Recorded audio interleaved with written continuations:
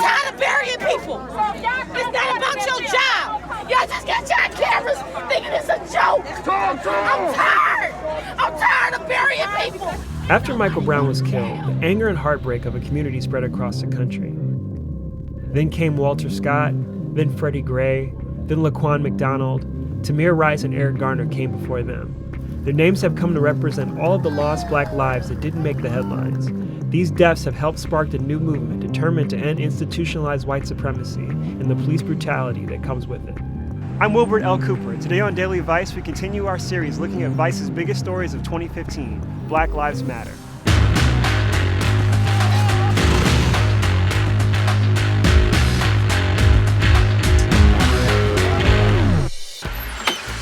Hey, what's going on?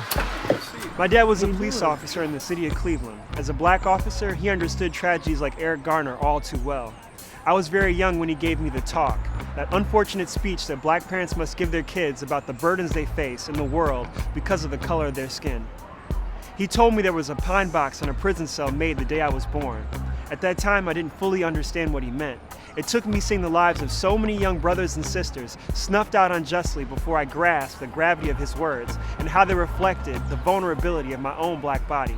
I wrote a piece about it for Vice.com earlier this year as the Black Lives Matter movement continued to grow. Amid this stream of stories about unarmed shootings, we decided to talk to Opal Tometi, one of the movement's co-founders, about the impact that Black Lives Matter has had in fighting against police brutality in 2015. This year for the movement has been phenomenal. We've seen people who are incredibly courageous rise up and take to the streets. You know, we're seeing every 28 hours an unarmed black person being murdered. And our communities are tired of it. And so what we've seen in 2015 is the real deep cry of a people that says enough. Back in April, Vice was in Baltimore after Freddie Gray's death. We talked to an organizer who said his death was a tipping point for a city with lots of underlying issues. There are neighborhoods that are filled with poverty, filled with houses breaking down that has never been addressed for decades. We want answers to that. We want change to that. I think one of the most powerful things that we're seeing in this movement is the articulation of structural injustices. We're seeing the death of Freddie Gray rally so many people. Folks are pointing to the fact that there is high unemployment, there's rampant discrimination in their communities, there's substandard educational systems that are operating in their neighborhoods, and folks are really pointing to this as being the real injustice that's plaguing their communities. Tyrone West died while in police custody in Baltimore in 2013. Vice caught up with his sister during this year's protests. We're out here because we don't want nobody to go through this type of pain that you cannot give back. They can't give us back Tyrone West. So there will truly be no true justice, but all we asking for is accountability, transparency. That's all we've been asking for. But nothing happened to those people that killed my brother. This has been a really traumatic period for so many of us. I think witnessing on video and on television the murder of black people, it's been relentless. We're in a crisis, we're in a state of emergency.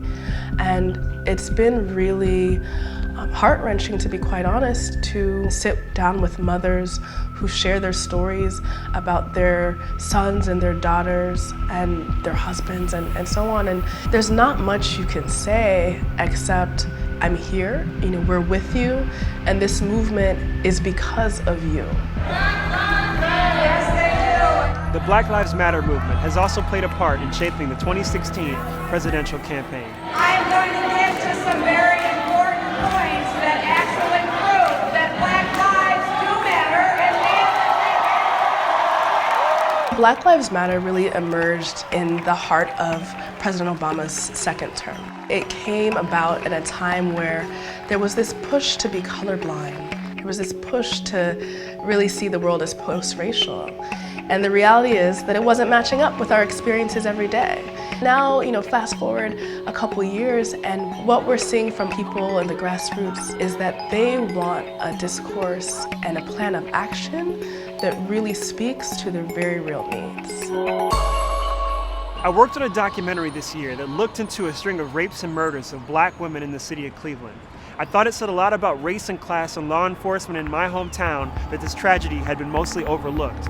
It was like their lives didn't matter.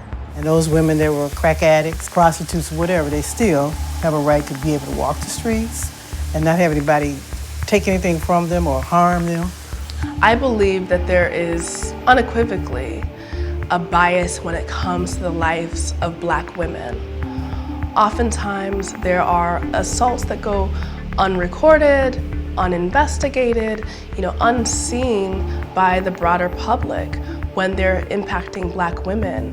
One of the things that I'm most hopeful about is the fact that Black women and queer Black women are part of the leadership, and folks who've been most marginalized, trans, queer, gender non-conforming people are now being brought front and center. Quite frankly, if their lives don't matter, none of our lives will matter. Some of our priorities going forward are really going to be focusing in on the root causes of injustice today. And one of those ways that we're looking at really naming and reframing our understanding of what's taking place is by the launching of a campaign called Safety Beyond Policing. It's thinking about what our communities really need in order to be safe, and then also in order to thrive. It's really our duty to fight. It's our duty to live in and to be the best that we can, and to ensure that all of our lives matter. That's today's Daily Vice. Tomorrow, Noisy debates their favorite breakthrough artists of 2015. Check out new episodes of Daily Vice every weekday on Vice.com.